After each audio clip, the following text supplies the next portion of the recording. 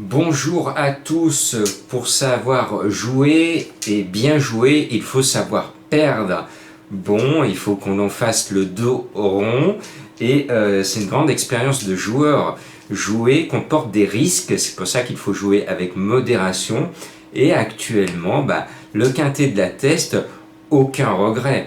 J'avais des informations bidons pas là, et j'avais aussi un entraîneur, mais chut, je ne dirais pas son nom, qui disait que son cheval avait sur ses deux chevaux une chance secondaire et le cheval se balade. C'est comme ça. C'est comme ça. Bon, on retrouve nos copains à nous, ceux qu'on aime bien, les trotteurs, qui sont un peu plus réguliers, un peu plus logiques dans leur performance. Et on a un amour de cheval que j'adore, c'est Domingo Della, le 4. Il va devenir, notez bien, l'un des meilleurs hongres, sinon le meilleur hongre d'Europe dans quelques mois ou dans un an. C'est un cheval qui est mignon tout plein. Il ne court qu'à bon escient.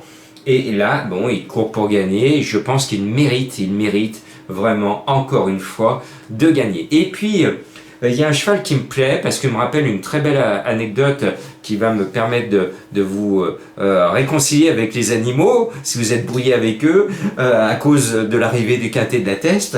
Le 11, Écureuil Génilou, il monte du midi avec des ambitions, le cheval est bien, je l'aime bien, c'est la coqueluche de Cagnes-sur-Mer.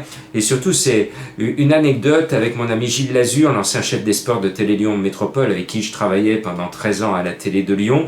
Et on a pris l'habitude depuis quelques années, sauf l'année dernière, on est à cause du confinement, et encore on était à Santiago au mois de février 2020, de parler d'un écureuil. Et moi je parlais à mon ami Gilles, alors qu'on marche en Espagne sur les traces de Paulo Coelho, parce que c'est Paulo Coelho qui m'a inspiré dans son roman Le Pèlerin de Compostelle, l'envie de marcher là-bas, sur cette belle route.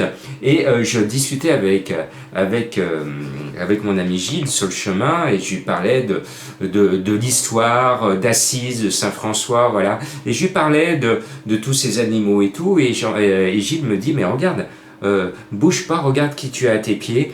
Et à mes pieds, il y avait un petit écureuil avec ses yeux malins, mignons tout plein, qui buvait mes paroles. C'était la première fois de ma vie que j'avais un écureuil aussi proche de moi et qui était très très intéressé, tout comme vous, de mes causeries. Bon voilà, donc Écureuil Génilou, en hommage à ce petit écureuil bien malin, il faut le jouer ce vendredi soir, le numéro 11.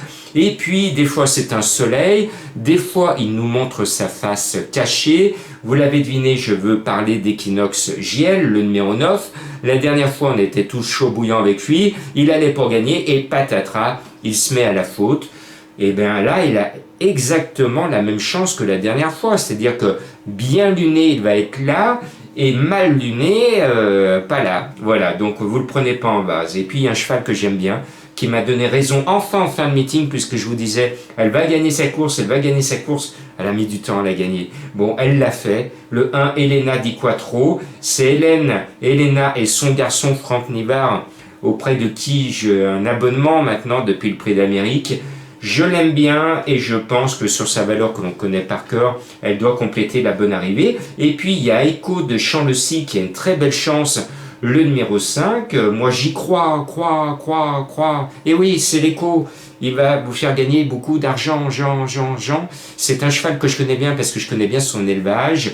Il se donne toujours à fond. Il est toujours barré pour la gagne, mais il est souvent placé, et on aime ces chevaux qui défendent à chacune de leurs sorties notre argent, ce qui n'a pas été le cas à la test. Ah purée, j'ai du mal à digérer les huîtres d'Arcachon ce soir. Bon, et puis il y a un cheval que j'adore, que je vous donne toujours, et qui est souvent là, et régulièrement à belle cote, c'est le 10 Diva du Granit.